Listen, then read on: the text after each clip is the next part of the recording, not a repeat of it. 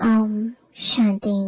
आज 18 मार्च 2024 बाबा के महावाक्य है, मीठे बच्चे विचार सागर मंथन कर एक ऐसी टॉपिक निकालो जो सब जगह एक ही टॉपिक पर भाषण चले। यही है तुम्हारी यूनिटी। प्रश्न है, कौन सी मेहनत करते करते तुम बच्चे पास विद ऑनर हो सकते हो? उत्तर है, कर्म बंधन से अतीत बनो। जब किसी से बात करते हो तो आत्मा भाई समझ भाई को देखो। बाप से सुनते हो तो भी बाप को भ्रुकुटी में देखो। भाई भाई की दृष्टि से वह स्नेह और संबंध पक्का हो जाएगा। यही मेहनत का काम है। इससे ही पास विद ऑनर बनेंगे। ऊंच पद पाने वाले बच्चे यह पुरुषार्थ अवश्य करेंगे। ओम शांति। मीठे मीठे बच्चों को समझाया गया है, यह है मृत्यु लोक। उसकी भेंट में अमर लोक भी है। भक्ति मार्ग में दिखाते हैं, शंकर ने पार्वती को अमर कथा सुनाई। अब अमर लोक में तो तुम जाते हो। शंकर तो कथा सुनाते नहीं। कथा सुनाने वाला ज्ञान सागर एक ही बाप है। शंकर कोई ज्ञान सागर नहीं जो कथा सुनाएंगे। ऐसी ऐसी बातों पर तुम बच्चों को समझाना है। काल पर जीत कैसे पाई जाती है, यह जो नॉलेज है वह अमर बनाती है। इससे आयु बड़ी होती है। वहाँ काल होता नहीं। यहाँ तुम 5 विकारों अथवा रावण पर जीत पाने से राम राज्य अथवा अमर लोक के मालिक बनते हो। मृत्यु लोक में है रावण राज्य, अमर लोक में है राम राज्य। देवताओं को कभी काल नहीं खाता। वहाँ काल के जमघट होते नहीं। तो यह टॉपिक भी बहुत अच्छी है। मनुष्य काल पर विजय कैसे पा सकते हैं, यह सारी ज्ञान की बातें हैं। भारत अमर लोक था।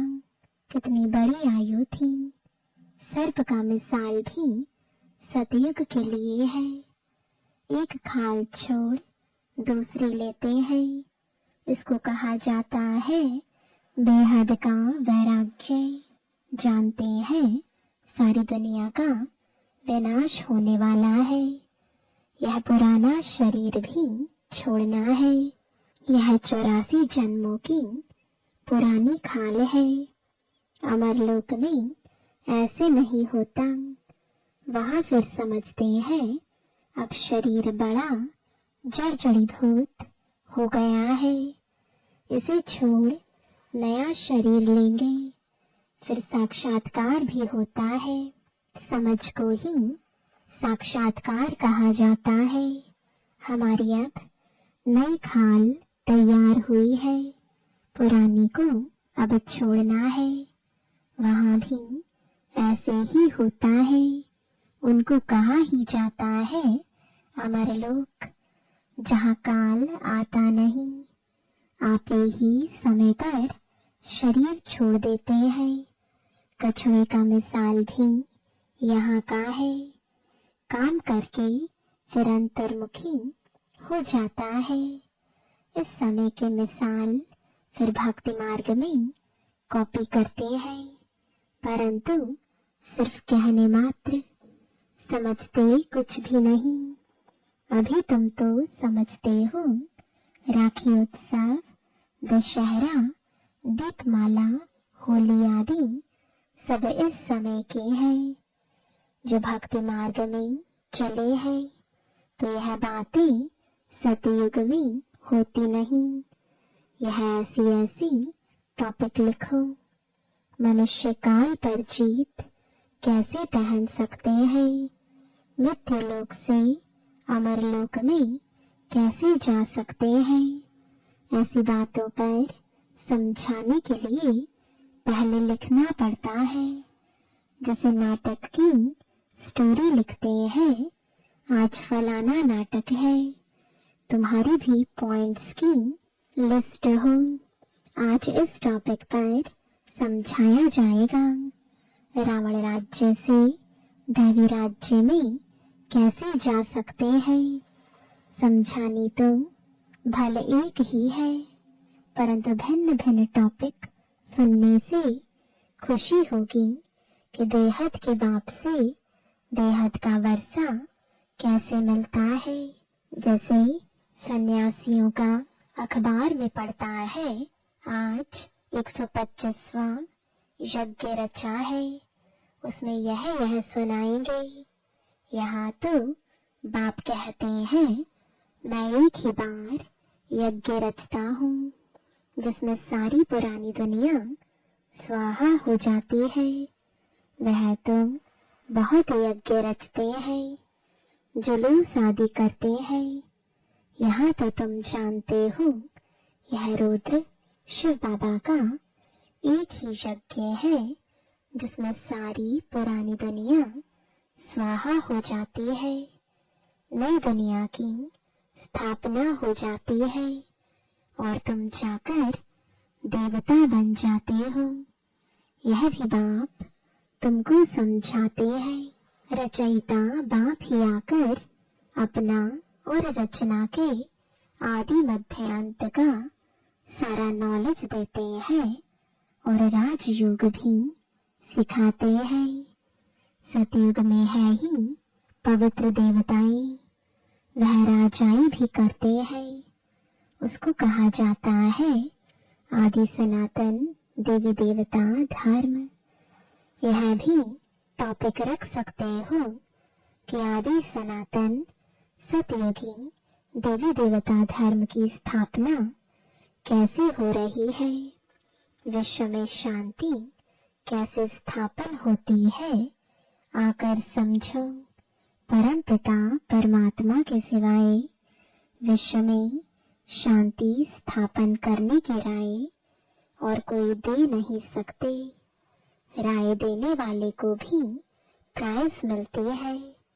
विश्व में शांति स्थापन करने की प्राइज कैसे और कौन देते हैं, यह भी टॉपिक है। ऐसे विचार सागर मंथन कर टॉपिक निकालनी चाहिए। ऐसा प्रबंध हो जो सब जगह एक ही टॉपिक हो, सबका कनेक्शन रहेगा। ऐसी लिस्ट बनाकर पहले इशारा दे देना चाहिए, फिर समाचार दिल्ली में आना चाहिए। सबको मालूम पड़ जाए कि सब जगह ऐसा भाषण चला, इसको कहा जाता है यूनिटी। सारी दुनिया में दिस यूनिटी है। राम राज्य का गायन है, शेर गऊ इकट्ठा जल पीते हैं। त्रेता में ऐसा गायन है तो सतयुग में क्या नहीं होगा। बाकी शास्त्रों में तो अनेक कथाएं लिख दी है। तुम तो बाप से एक ही कथा सुनते हो। दुनिया में ढेर कथाएं बनाते रहते हैं। द्वापर से लेकर कलयुग तक जो भी शास्त्र आदि चलते हैं, वहाँ तो वह होते नहीं। भक्ति मार्ग की सब बातें पूरी हो जाती हैं। यहाँ तुम जो कुछ भी देखते हो, वह सब है इविल। उनको देखते हुए न देखो, सुनते हुए न सुनो। अब जो बाप समझाते हैं वही बुद्धि में रखो। हम संगम युगी ब्राह्मण कितने ऊंच है, देवताओं से भी ऊंच है। इस समय हम ईश्वरीय औलाद है। धीरे धीरे वृद्धि को पाते रहते हैं। इतनी सहज बात भी किसकी बुद्धि में नहीं आती है। हम ईश्वरीय संतान हैं तो जरूर स्वर्ग के मालिक होने चाहिए, क्योंकि वह बाप स्वर्ग की स्थापना करते हैं। करोड़ों वर्ष कह देने कारण कोई बात याद नहीं रहती है। बाप आकर याद दिलाते हैं, यह तो 5000 वर्ष की बात है। तुम देवी देवता थे, अब फिर तुमको वही बनाते हैं। सम्मुख सुनने से कितनी खुशी और रिफ्रेशमेंट आ जाती है। बच्चे जो सयाने हैं, समझो है, उनकी बुद्धि में आता है हमको बाप से वर्षा तो जरूर लेना है। बाप नई दुनिया रचते हैं तो जरूर हम भी नई दुनिया में होने चाहिए। एक बाप के तुम सब बच्चे हैं, सबका धर्म, सबके रहने का स्थान, आना जाना सब भिन्न भिन्न प्रकार का है। कैसे जाकर मूल वतन में निवास करते हैं, यह भी बुद्धि में है। मूल वतन में सिजरा है, सूक्ष्म वतन में सिजरा नहीं दिखा सकते। वहाँ जो कुछ दिखाते हैं वह सब है साक्षात्कार की बातें। यह सब ड्रामा में नोंद है। फिर सूक्ष्म वतन में भी जाते हैं, वहाँ मूवी चलती है। बीच में मूवी का भी ड्रामा बनाया था, फिर टॉकी बना है। साइलेंस का तो ड्रामा बन ना सके। बच्चे जानते हैं हम साइलेंस में कैसे रहते हैं। जैसे वहाँ आत्माओं का सिजरा है, वैसे यहाँ मनुष्यों का है। तो ऐसी ऐसी बातें बुद्धि में रख तुम भाषण कर सकते हो। फिर भी पढ़ाई में टाइम लगता है, करके यह भी समझ जाएं, परंतु याद की यात्रा कहाँ, जिससे धारणा और खुशी हो। अभी तुम यथार्थ रीति योग सीख रहे हो। बच्चों को समझाया है, सबको भाई भाई देखो। आत्मा का तख्त तो यह है, इसलिए भागीरथ बाबा का सिंहासन भी मशहूर है। जब किसी को समझाते हो तो भी ऐसे समझो हम भाइयों को समझाते हैं। यही दृष्टि रहे, इसमें ही भारी मेहनत है। मेहनत से ही ऊंच पद मिलता है। बाप भी ऐसे देखेंगे, बाप की नजर भी भ्रकुटी के बीच में जाएगी। आत्मा तो छोटी बिंदी है, सुनती भी वही है। तुम बाप को भी भ्रकुटी के बीच में देखेंगे। बाबा भी यहाँ है तो भाई यानी ब्रह्मा की आत्मा भी यहाँ है। ऐसे बुद्धि में रहने से तुम भी जैसे ज्ञान सागर के बच्चे ज्ञान सागर बन जाते हो। तुम्हारे लिए तो बहुत सहज है। गृहस्थ व्यवहार में रहने वालों के लिए यह अवस्था जरा मुश्किल है। सुनकर घर चले जाते हैं, वहाँ का वातावरण ही और है, यहाँ सहज है। बाबा युक्ति बहुत सहज बताते हैं। अपने को आत्मा समझो, बाप को याद करो, यह भी भाई है। इस दृष्टि से कर्म बंधन से अतीत हो जाएंगे। शरीर भी भूल जाता है, सिर्फ बाप ही याद रहता है। इसमें मेहनत करते रहेंगे तब पास विद ऑनर होंगे। ऐसी अवस्था में बिरला ही कोई रहता है।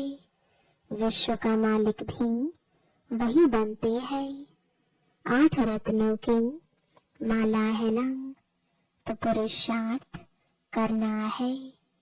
ऊंच पद पाने वाले कैसे भी करके पुरुषार्थ जरूर करते होंगे, इसमें दूसरी कुछ भी बातें निकलती नहीं है। भाई भाई की दृष्टि, स्नेह और संबंध हो जाता है। दृष्टि वह जम जाती है। इसलिए बाप कहते हैं, तुमको बहुत गुह्य गुह्य बातें सुनाता हूँ। इसमें अभ्यास करना मेहनत का काम है। यहाँ भी बैठे हो तो अपने को आत्मा समझो। आत्मा ही सुनती है।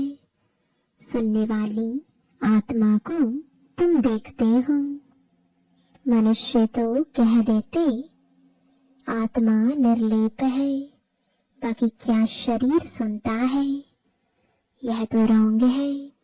बाप तुमको गुह्य गुह्य बातें सुनाते हैं। मेहनत तो बच्चों को करनी है। जो कल्प पहले बने थे वह मेहनत जरूर करेंगे, अपना अनुभव भी सुनाएंगे। ऐसे हम सुनता सुनाता हूँ। टेव यानी आदत पड़ गई है। आत्मा को ही सुनाते हैं मन मना भव। फिर वह उनको कहते हैं मन मना भव, अर्थात बाप को याद करो। यह गुप्त मेहनत है। जैसे पढ़ाई भी एकांत में झाड़ के नीचे जाकर पढ़ते हैं, वह है स्थूल बात। यह तो प्रैक्टिस करने की बात है। दिन प्रतिदिन तुम्हारी यह प्रैक्टिस बढ़ती जाएगी। तुम नई नई बातें सुनते हो ना। जो तुम अभी सुनते हो वह फिर नए नए आकर सुनेंगे। कोई कहते हैं हम देरी से आए हैं। अरे तुम तो और ही फर्स्ट क्लास गुह्य गुह्य बातें सुनते हो। जो पुरुषार्थ करने से ही उच्च पद मिलता है और ही अच्छा। माया तो पिछाड़ी तक छोड़ती नहीं है। माया की लड़ाई चलती रहेगी जब तक तुम जीत पहनो। फिर अनायास ही तुम चले जाएंगे। जो जितना याद करेंगे समझेंगे। हम जाते हैं बाप के पास, शरीर छोड़ देते हैं। बाबा ने देखा है ऐसे ब्रह्म में लीन होने का लक्ष्य रखने वाले जब शरीर छोड़ते हैं तो सन्नाटा हो जाता है। बाकी मोक्ष तो कोई पाता नहीं है, न वापस ही जाते हैं। नाटक में तो सब एक्टर्स चाहिए ना। अंत में सब आ जाते हैं। जब एक भी नहीं रहेगा तब वापस जाएंगे। जो भी मनुष्य मात्र है सब चले जाएंगे। बाकी थोड़े बचेंगे। वह कहेंगे सबको सी ऑफ किया। इस समय सतयुग की स्थापना हो रही है। कितने करोड़ों मनुष्य हैं। सबको हम सी ऑफ कर फिर अपनी राजधानी में चले जाएंगे। वो लोग तो करके 40-50 को सी ऑफ करते होंगे। तुम कितनों को सी ऑफ करते हो? सभी आत्माएं मच्छरों सदृश से चली जाएंगी शांति धाम। तुम आए हो साथ ले जाने और सबको भेजने के लिए। तुम्हारी बातें वंडरफुल है। इतने करोड़ों मनुष्य जाएंगे, उनको सी ऑफ करेंगे। सब वापस मूल वतन में चले जाएंगे। यह भी तुम्हारी बुद्धि ही काम करती है। धीरे धीरे सिजरा बड़ा हो जाएगा। फिर रुंडमाला रुद्रमाला बन जाएगी। यह बात तुम्हारी बुद्धि में है कि रुद्रमाला रुंडमाला कैसे बनती है। तुम्हारे में भी जो विशाल बुद्धि है वही इस बात को समझ सकते हैं। अनेक प्रकार से बाप समझाते रहते हैं, याद करने लिए हम रुद्रमाला में जाकर रुंडमाला में आएंगे, फिर नंबरवार आते रहेंगे। कितनी बड़ी रुद्रमाला बनती है, इस ज्ञान को कोई भी नहीं जानते हैं। शुरू से लेकर इस ज्ञान को कोई जानते नहीं। तुम संगम युगी ब्राह्मण ही जानते हो। इस संगम युग को याद करो तो सारी नॉलेज बुद्धि में आ जाएगी। तुम हो लाइट हाउस, सबको ठिकाने पर लगाने वाले। तुम कैसे अच्छे लाइट हाउस बनते हो, ऐसी कोई बात नहीं जो तुमसे लागू ना होती हो। तुम सर्जन भी हो, सर्राफ भी हो, धोबी भी हो। सभी खूबियां यानी विशेषताएं तुम्हारे में आ जाती हैं। महिमा तुम्हारी भी हो जाती है, परंतु नंबरवार पुरुषार्थ अनुसार जैसे जैसे कर्तव्य करते हो ऐसा ऐसा गायन होता है। बाप तो डायरेक्शन देते हैं, उस पर विचार करना, सेमिनार करना तुम बच्चों का काम है। बाबा कोई मना नहीं करते हैं। अच्छा, बहुत सुनाने से क्या फायदा। बाप कहते हैं मनमना भव। बाबा तुम्हें कितना तरावटी माल खिलाते हैं। अच्छा, मीठे मीठे सिकिलदे बच्चों प्रति माता पिता बाप दादा का याद प्यार और गुड मॉर्निंग। रूहानी बाप की रूहानी बच्चों को नमस्ते।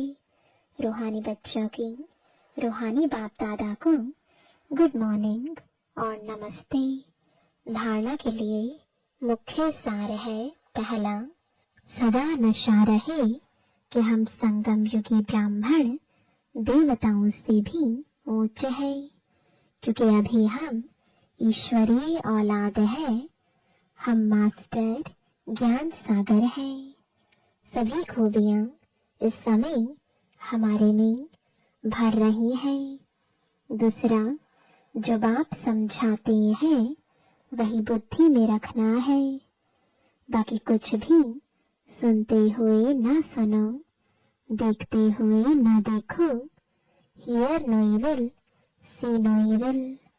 वरदान है ईश्वरीय सेवा द्वारा वैरायटी मेवा प्राप्त करने वाली अधिकारी आत्मा भव। कहा जाता है करो सेवा तो मिले मेवा। ईश्वरीय ज्ञान देना ही ईश्वरीय सेवा है। जो यह सेवा करते हैं उन्हें अतीन्द्रिय सुख का, शक्तियों का, खुशी का वैरायटी मेवा मिलता है। आप ब्राह्मण ही इसके अधिकारी हो, क्योंकि आपका काम ही है ईश्वरीय पढ़ाई पढ़ना और पढ़ाना, जिससे ईश्वर के बन जाए। तो ऐसी ईश्वरीय सेवा करने से ईश्वरीय फल के अधिकारी बन गए। इसी नशे में रहो। स्लोगन है, बाप के साथ रहकर कर्म करो तो डबल लाइट रहेंगे। ओम शांति।